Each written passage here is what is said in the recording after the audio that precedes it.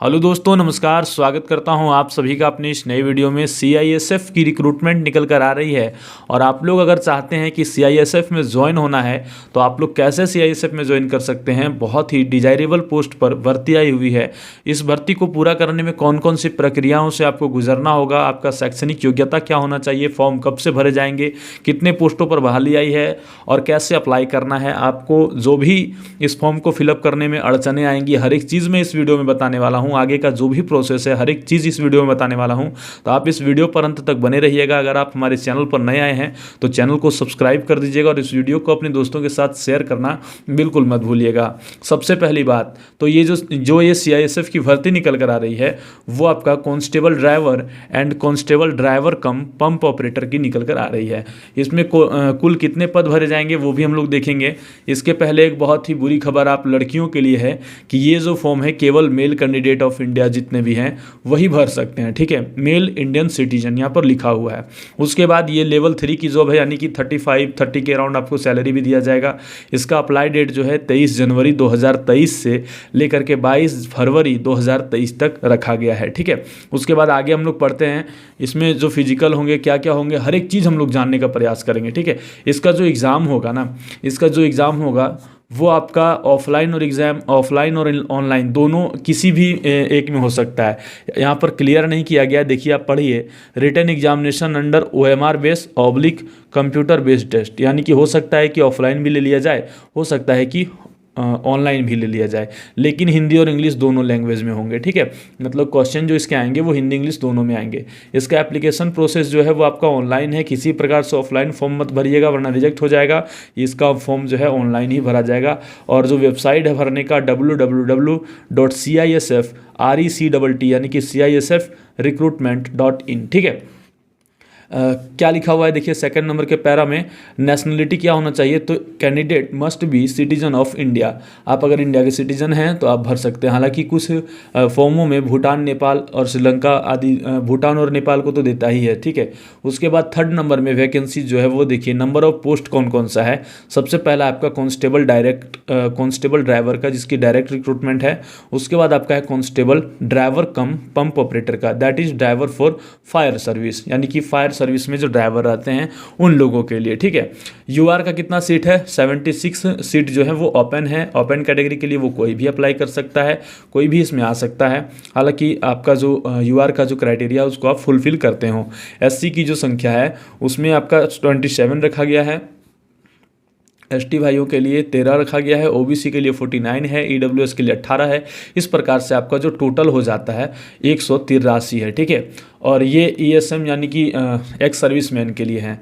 तो हालांकि ज़्यादातर लोग जो है एक्स सर्विसमैन नहीं रहते हैं, डायरेक्ट रिक्रूटमेंट वाले भी रहते हैं।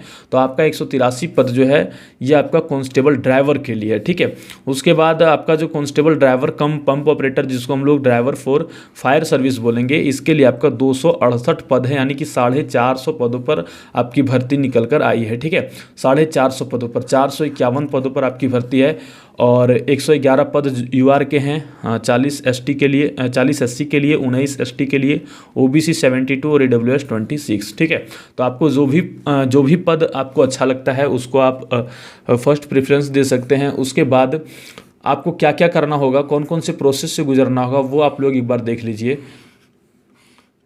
इसका जो सेलेक्शन फीचर है वो क्या है आपका। सबसे पहले तो आप फॉर्म ऑनलाइन अप्लाई करिएगा। उसके बाद सेकंड नंबर में आपका फिजिकल होगा और डॉक्यूमेंट टेस्ट होगा। उसके बाद आपका ट्रेड टेस्ट होगा।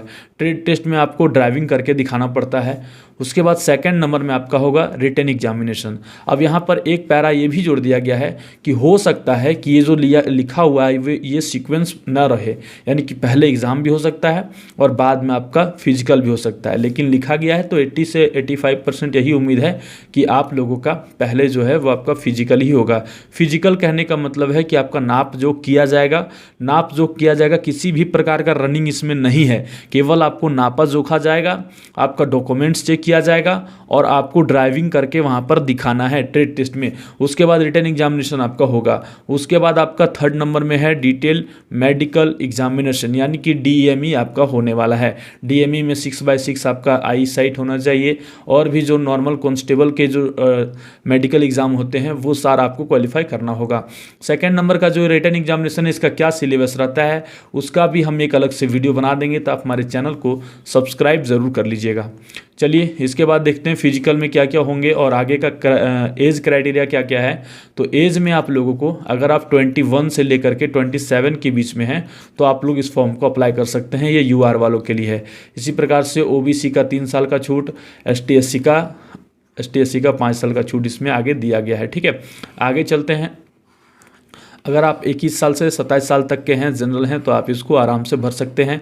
इसके बाद आपके पास जो आपकी शैक्षणिक योग्यता है, एजुकेशन क्वालिफिकेशन है, वो आप मात्र 10th बोर्ड अगर पास किए हैं तो भी आप फॉर्म को अप्लाई कर सकते हैं। उसके बाद आपके पास क्या होना चाहिए ड्राइविंग लाइसेंस के रूप में, तो सबसे पहला आपके पास होना चाहिए HMV यानी कि हेवी मोटर व्हीकल लाइसेंस। ठीक है, हेवी मोटर व्हीकल चलाने का लाइसेंस होना चाहिए और कम से कम 3 साल का इसका एक्सपीरियंस भी होना चाहिए, यानी कि आपका लाइसेंस 3 साल पुराना होना चाहिए। ठीक है, और उसके बाद 2nd नंबर जो आपका है लाइट मोटर व्हीकल, तो हालांकि जिसके पास HMV रहता है वो लोग, अधिकतर लोगों के पास लाइट मोटर व्हीकल रहता ही है, और जिसके पास लाइट मोटर व्हीकल रहता है यानी कि वो मोटरसाइकिल विथ गियर उसका बना रहता है, तो कुल मिलाकर आपके पास हेवी ड्राइविंग लाइसेंस होना चाहिए, यानी कि आप हेवी ड्राइवर होना चाहिए, तभी आप इसमें अप्लाई कर सकते हैं। ठीक है, तो जिसके भी पास 3 साल पुराना हेवी लाइसेंस है वो लोग ज़रूर अप्लाई करें। बहुत ही अच्छी अपॉर्चुनिटी है आपके लिए।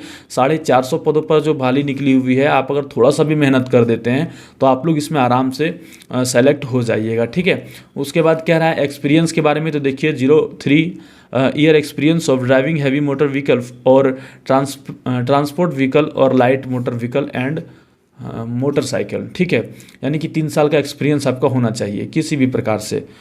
चलिए, और जो आपका डेट माना जाएगा क्रूशियल डेट, वो आपका 22/2/2023 को आपका 3 साल पूरा हो जाना चाहिए। ठीक है, यानी कि 22/2/2021 से पुराना, ठीक है, 2020 से पुराना आप लोगों का ड्राइविंग लाइसेंस होना चाहिए। ठीक है, आप लोग एक बार कैलकुलेट कर लीजिएगा। फिजिकल स्टैंडर्ड देख लीजिए। फिजिकल स्टैंडर्ड जो है वो आपका 167 सेंटीमीटर SC और OBC के लिए है, और चेस्ट में जो आपका मांगेगा वो आपका 80 और फुला करके एक्सपेंड करके आपको 85 करना पड़ता है। ठीक है, उसके बाद दिया गया है all candidate belong to schedule tribe, जो शेड्यूल ट्राइब के बच्चे हैं उन लोगों के लिए 160 सेंटीमीटर है। ठीक है, यानी कि जनरल OBC जितने भी हैं उनके लिए 167, और आपका ST के लिए केवल है रिजर्व, वो आपका 160 सेंटीमीटर है। इनको चेस्ट मात्र 76 चाहिए, एक्सपेंड करके फुलाव करके 81 चाहिए। ठीक है, मेडिकल स्टैंडर्ड के बारे में आप लोग एक बार देख लीजिएगा। आई साइड जो है 6/6 चाहिए।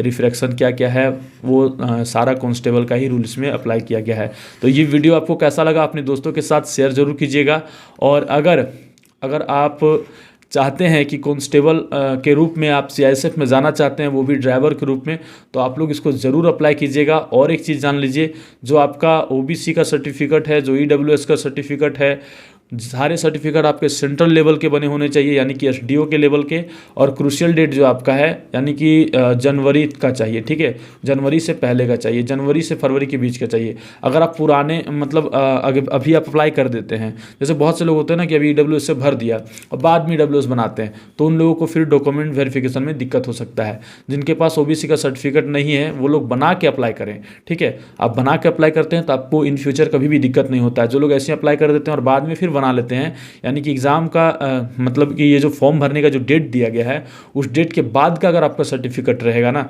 तो वो आपका क्रूशियल डेट के बाद के माना जाएगा, और फिर आपको वहाँ पर डॉक्यूमेंट वेरिफिकेशन में दिक्कत हो सकता है। ये वीडियो आपको कैसा लगा कमेंट करके ज़रूर बताइएगा, अपने दोस्तों के साथ शेयर जरूर कीजिएगा, और हमारे चैनल को सब्सक्राइब कर लीजिएगा इसी तरह के नॉलेजेबल वीडियोज़ पाने के लिए। फिर मिलते हैं किसी नए वीडियो में, तब तक के लिए धन्यवाद। जय हिंद, जय भारत।